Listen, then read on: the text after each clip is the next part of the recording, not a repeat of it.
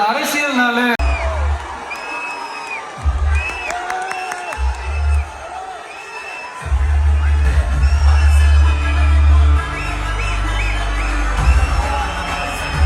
Hi hello friends, welcome back to road side moneys. எல்லாம் தமிழக வெற்றி கழக தோழர்களுக்கும் பொதுமக்களாகிய அனைவருக்கும் வணக்கத்தை தெரிவிச்சுக்கிறேன். முதல்ல ஒரு விஷயத்தை அட்ரஸ் பண்ணிடுறேன். நிறைய பேர் கமெண்டில் கேட்குற காமனான கேள்வி, பின்னாடி இருக்கிற இந்த ஸ்டில் தலைவரோட முகம் வந்து ஃபுல்லாக தெரியல ப்ரோ, கட் ஆகுது, வீடியோஸில் கொஞ்சம் பார்த்து போடுங்க அப்படின்னு நிறைய பேர் கமெண்ட் பண்ணுறீங்க. ஸோ அதை நான் சொல்லணும்னு நினைப்பேன், எப்போவுமே மறந்துடுவேன். ரீசன் என்னென்னா, நம்மளோட ஃப்ரேம் செட்டிங் அந்த மாதிரி இருக்குது. இதுக்கு பின்னாடி பார்த்திங்கன்னா இங்கே பேக்ரவுண்டில் இன்னும் கேமரா தள்ளி வைக்க முடியாது, க்ளோஸ் ஃப்ரேம் போட்டால் ஃபுல்லாக தெரியவும் தெரியாது. ஸோ இதோட பேக்ரவுண்டை கூடிய விரைவில் நான் மாற்றுறேன். நம்ம ஃப்ரேமுக்கு ஏற்ற மாதிரி நம்ம தலைவரோட முகம் தெரிகிற மாதிரி கூடிய விரைவில் பார்த்திங்கன்னா அதோட செட் பண்ணுறேன். அதனால தான் இந்த இதை வந்து நான் அண்ணன் கூட எடுத்த ஃபோட்டோ வந்து இந்த ஃப்ரேமில் நான் இன்க்ளூட் பண்ணுறேன். ஸோ மற்றபடி வேறு எதுவும் கிடையாது. இதை சொல்லணும்னு நிறைய பேர் கமெண்டில் கேட்டிருந்தீங்க. ஸோ இப்போ நம்ம எக்ஸ்பீரியன்ஸை பற்றி போவோம். தமிழக வெற்றி கழகத்தோட 2ஆம் ஆண்டு துவக்க விழாக்கு போயிருந்த எக்ஸ்பீரியன்ஸ், என்னோடய பர்சனல் எக்ஸ்பீரியன்ஸை ஷேர் பண்ணணும் தான் இந்த வீடியோ பண்ணுறேன். வாங்க வீடியோக்குள்ளே போகலாம்.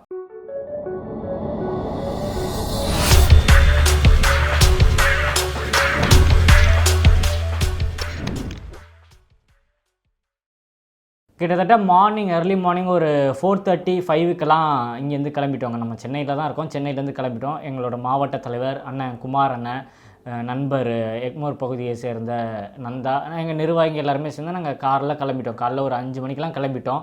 ஸோ 6:30 ஆல்மோஸ்ட் அங்கே ரீச் ஆகிட்டோம். மகாபலிபுரத்தில் ரீச் ஆகிட்டோம். ஸோ செங்கல்பட்டுலேருந்து போகும்போது பார்த்திங்கன்னா ஃபுல்லாக பேனரு, கொடிகள், அவ்வளோ அன்பு வச்சுருக்காங்க விஜய் அண்ணா மேலே. இது மாநாடுக்கு போகும்போது நான் கவனித்தேன். அந்த வீடியோ நீங்கள் பார்த்துருப்பீங்க, நான் ஷேர் பண்ணியிருந்தேன். ஸோ அவ்வளோ அன்பு வச்சுருந்தாங்க. எனக்கு தெரிஞ்சு எந்த கட்சிக்கும் இந்த மாதிரி அன்பு இருக்குமான்னு தெரில. ஸோ ஒரு 100 மீட்டருக்கு பார்த்திங்கன்னா பேனர்ஸு, கொடிக்கம்பம் எல்லாம். ஸோ அதை நான் இறங்கி வேறு பார்த்தேன். இந்த கொடிக்கம்பம் எப்படி வச்சுருக்காங்கலாம் பார்க்கும்போது பக்காவாக கட்டி அதுக்குன்னு ஒரு 2 நிர்வாகியை போட்டிருக்காங்க. அந்த கொடிக்கம்பத்தை அது சாயாமல் அந்த பேனர் வந்து எந்த பொதுமக்களுக்கும் டிஸ்டர்பன்ஸ் இல்லாமல் இருக்கிறதுக்கு 2 பேரை வந்து ஸ்பெஷலாக அப்பாயிண்ட் பண்ணி அங்கே இருக்கிற மாவட்ட தலைவர் அவங்க அந்த ரவுண்ட்ஸ்லேயே இருக்காங்க. அந்த பேனர் கரெக்டாக கட்டியிருக்காங்களாம், ரோட்டுக்கு வந்திருக்கா, இதனால் பொதுமக்களுக்கு பாதிப்பு இருக்கா, கொடிக்கம்பம் எங்கேயும் சாயாமல் அதை 2-3 இடத்துல கட்டி பக்காவாக ஆர்கனைஸ் பண்ணி கிட்டத்தட்ட மகாபலிபுரம் வரைக்கும் பார்த்திங்கன்னா பேனர்ஸு, போஸ்டர்ஸு, கொடிகள்லாம் வச்சுருக்காங்க.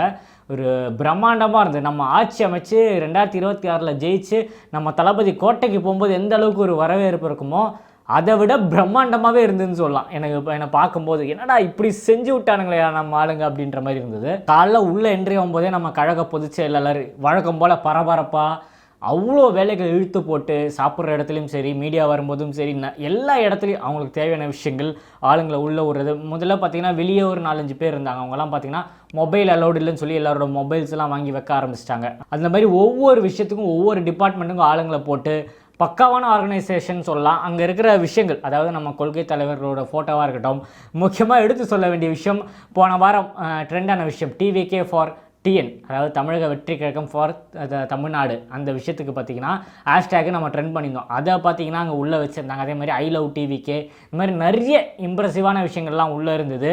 ஸோ உள்ளே என்ட்ரி ஆகும்போது அந்த கார்பெட்லேருந்து என்ட்ரி ஆகும்போதே அங்கே வச்சுருக்க சிலைகள், அதாவது கொள்கை தலைவர்களோட ஒரு ஸ்டில் எல்லாமே வச்சுருந்தாங்க. அதெல்லாம் வந்து மிகப்பெரிய லெவலில் பிரம்மாண்டமாக இருந்தது. எல்லாருமே வெயிட் பண்ணியிருந்த ஒரே ஒரு மனிதருக்காக தான், நம்ம தலைவர் தளபதிக்காக தான்.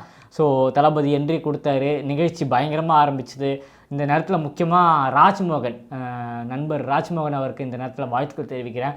கிளியராக தெளிவாக ஒவ்வொரு விஷயமும் ஒவ்வொன்றும் அட்ரஸ் பயங்கரமாக பண்ணார். அது மட்டும் இல்லாமல் நம்ம ஜெகதீஷ் பழனிசாமியும் நம்ம ராம்குமார் அண்ணன் 2 பேரும் பண்ண ஒரு விஷயம், ஒரு ஏவி ஒன்று போட்டிருந்தாங்க. அதில் ராஜ்குமார் அண்ணன் தான் ப்ரெசென்ட் பண்ணார். அதை வாய்ஸ் ஓவர், அதில் இன்டர்வியூவராக நின்று நிறைய விஷயங்கள் பேசினார்.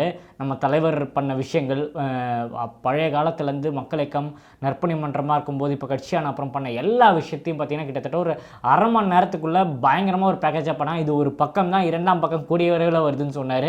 ஸோ அதை பார்க்கும்போது நம்ம ஃபேன்ஸ் மத்தியிலும் சரி, தொண்டருக்கு மத்தியிலும் அவ்வளோ எனர்ஜியாக இருந்தது.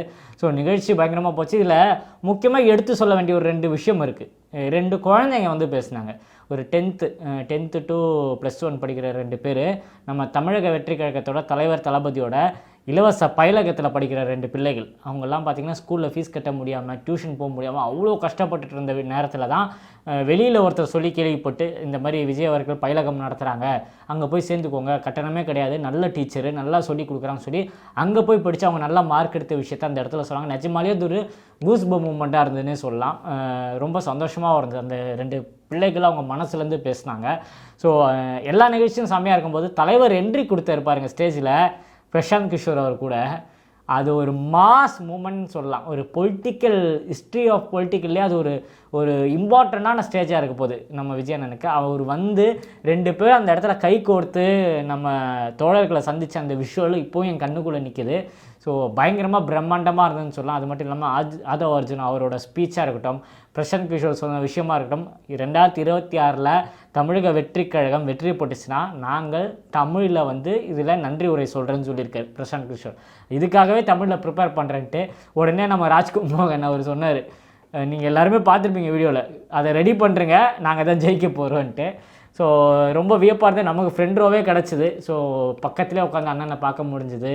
என்னதான் இருந்தாலும் அவரை நேரில் பார்க்குற விஷயம், அந்த ஒரு எனர்ஜி, பாசிட்டிவிட்டி எனக்கு எப்போவுமே இருந்திருக்கு. நிறைய பேர் சொல்லுவாங்க கோவிலுக்கெல்லாம் போயிட்டு வந்தால் ஒரு எனர்ஜி கிடைக்கும், அங்கே இருக்கிற அட்மாஸ்ஃபியர், அந்த தனிமை எல்லாம் கிடச்சா ஒரு டிஃப்ரெண்ட் ஃபீலாக இருக்கும்ன்ட்டு.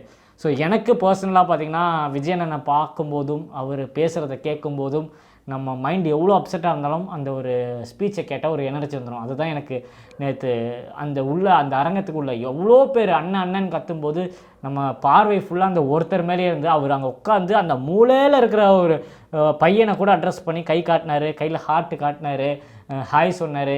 நிகழ்ச்சி முடியும்போது கூட ஒரு சின்ன பையன் ஒருத்தர் கொடி எடுத்து ஆட்டிகிட்டு இருந்தார். ரொம்ப நேரமாக ஆரம்பத்துலேருந்து பண்ணியிருந்தேன். அந்த பையனை கையில் தூக்கி அந்த பையன் கூட பேசினார், அவன் பிளேயிங் கிஸ் கொடுக்கறது.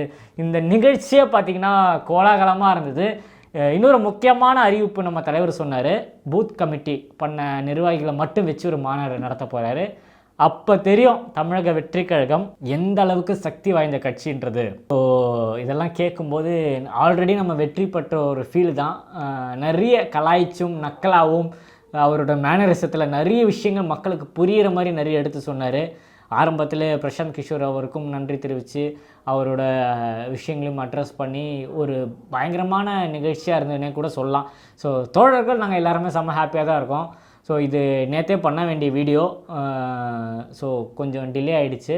ஸோ நீங்கள் இந்த நிறைய பேர் நிகழ்ச்சிக்கு வந்தவங்களும் இருப்பீங்க, வராமல் டிவியில் பார்த்தவங்களும் இருப்பீங்க. நீங்கள் இந்த தமிழக வெற்றி கழகத்தோட 2ஆம் ஆண்டு துவக்க விழா எப்படி இருந்துச்சு? ஸோ தலைவர் தளபதி போட்ட சாப்பாடு வேறு லெவலுங்க. பூரி, பிரிஞ்சி, சாப்பாடு, சாம்பார் எல்லாமே பயங்கரமாக இருந்தது. ஸோ எல்லாமே நீங்கள் லைவில் பார்த்துருப்பீங்க. நீங்கள் எப்படி இதை என்ஜாய் பண்ணீங்க? நம்ம தலைவரோட ஸ்பீச் எப்படி இருந்தது? எல்லாம் கமெண்டில் தெரியப்படுத்துங்க. இன்னும் தமிழக வெற்றி கழகத்தை பற்றியும் தலைவர் தளபதியை பற்றியும் உயிர் உள்ளவரே பேசிகிட்டு இருப்பேன். இன்னும் நிறைய வீடியோவில் சந்திப்போங்க. டாடா, டேக் கேர், பபாய். நான் உங்கள் ஏஜே. நன்றி. இவர்கள் எல்லாம் ரசிகர்கள் கூட்டம். இவர்கள் எல்லாம் வந்து நம்ம சாதாரணமாக கையாண்டு விடலாம், சாதாரணமாக அணுகி விடலாம் என்று நினைக்கிறாங்க. அவர்களுக்கு ஒன்றை மட்டும் நான் சொல்லிக் கொள்கிறேன். காற்றாற்று வெள்ளத்தில் கரைந்து போவதற்கு நாங்கள் ஒன்றும் களிமண்கள் கிடையாது. அந்த காற்றாற்று வெள்ளத்தின் திசை வழி போக்கையே மாற்றக்கூடிய கரும் பாறைகள் என்பதை யாரும் மறந்துடாதீங்க. அவர் என்ன சாதாரண தலைவரா? அவர் என்ன சாதாரண தலைவரா? தமிழ்நாட்டில் சரித்திரத்தை ஏற்படுத்தக்கூடிய ஒரு தலைவர், வெற்றி வீரராக, மாண்புமிகு தலைவராக, மண்ணின் மைந்தராக, பச்சை தமிழராக, நம் வீட்டில் இருக்கக்கூடிய அண்ணாவாக வருகிறார்.